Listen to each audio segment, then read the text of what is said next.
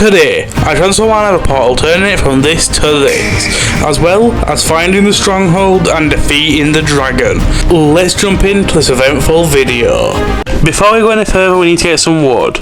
And that should be plenty. Place down some saplings so we can renew our wood supply. Now it's time to add the wood into this chest. After that, I turn some of the wood into sticks.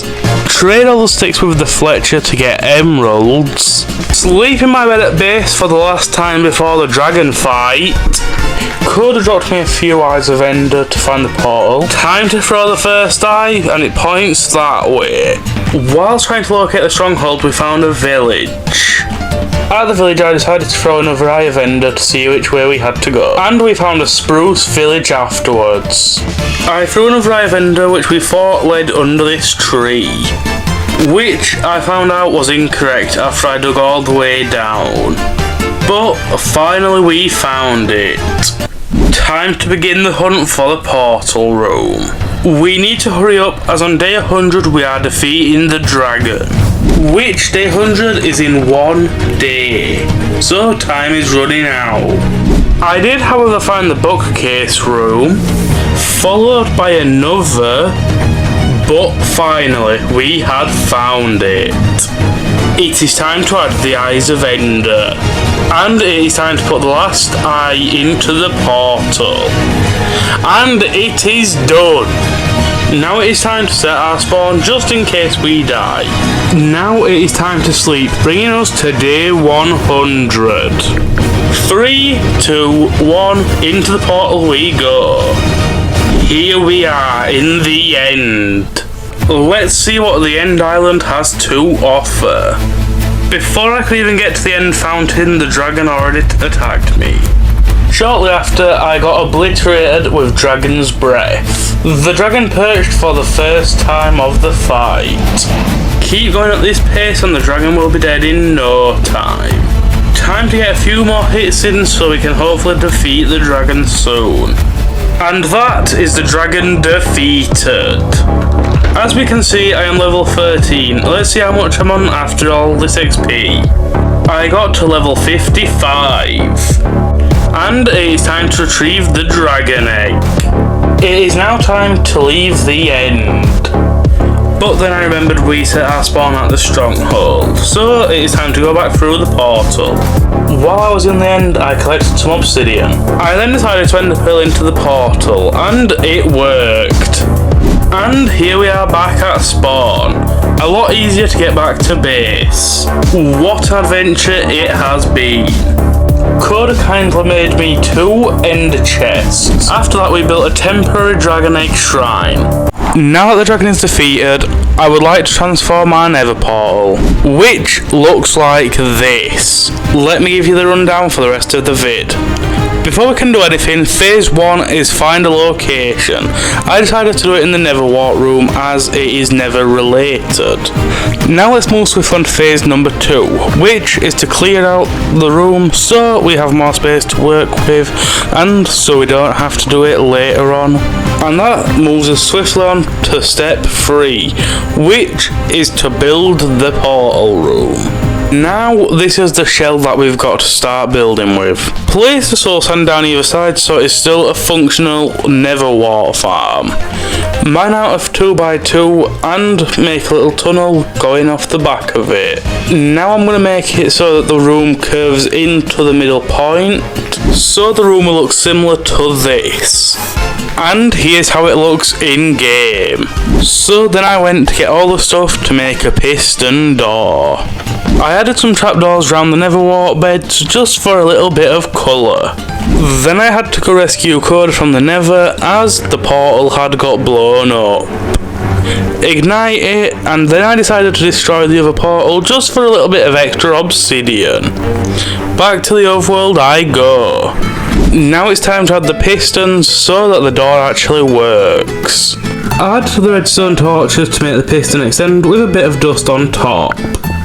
Duplicate it onto the other side so both sides work the same. Place down some redstone so that the pressure plates will work. Smack down the pressure plates and it works nicely. add in the door blocks and cover up the pistons. As we can see, the door works perfectly. Time to go to the Nether. Time to mine a whole load of netherrack.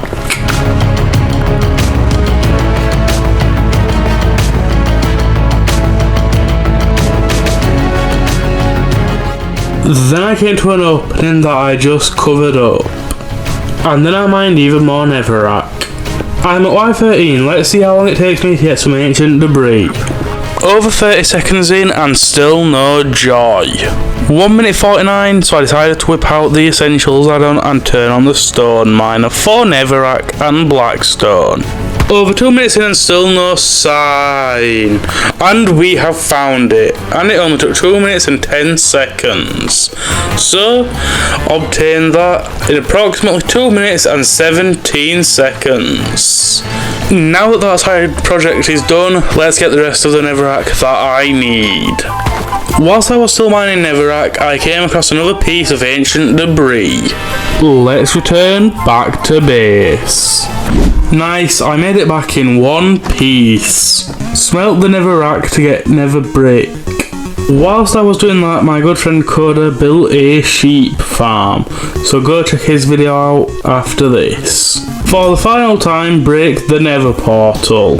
Check up on the nether bricks, and we have a grand total of 32. And now craft those into nether bricks. Carve out a room so that I can place the nether bricks down. Now it's time to just wait for more nether brick to smelt, which took ages.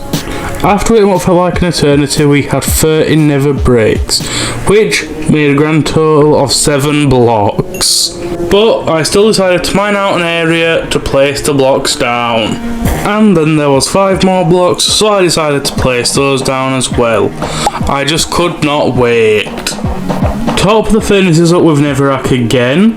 And then we had to rebuild the portal yet again. Place down the remaining blocks that I had just obtained. Add in the floor. Wait for more nether brick. Mine out the ceiling and replace it with blocks. Add some magma behind where the portal will be going. And in these little windows on either side. And it is time to make the portal yet again. Time to add the portal into its new home. Ignite the portal. Soon enough I want to put nether brick fences in the parts of the magma and finish the roof. So off I went and finished the room, but it was too dark, so I decided to add some lights under some slabs. And that is the nether portal room completed. While I was on the nether portal, my friend started on the trading hall, which is in a slime chunk. Now it's time to add the pods for where the villagers will go. There will be 10 pods on either side, meaning each plane holds 20 villagers, which looks like this. Repeat it on this side as well, so that we have 40 villagers spaces total. Then I had 2 more lanes to fill with these pods. And that's the pods done. Now it's time to make the walls look a bit nicer with stone brick. So let's carve them out. And this is what one side looks like. And then while I was on the third side, disaster struck. I am certain creepers hate this world. But that is the walls done for the villager trading hall. Harvest the wheat farm so we can make bread or breed the animals. Now harvest the potato farm as food stocks are getting low. Then Coda made some temporary modifications to the silverfish farm so that we didn't take damage. Time to try it out. So far so good. But disaster struck as the silverfish started infesting the stone, meaning they were escaping. But now that's taken care of, let's get back to AFK in the farm and see what level I'm at the end. But I didn't get any extra levels, I just repaired my armour and tools. Next video we become even richer with having unlimited iron and gold. Stay tuned to see that. Or you could subscribe with notifications on so you know exactly when the video goes up. And subscribing is free and it helps out a ton. But that being said, Keegan View over and out.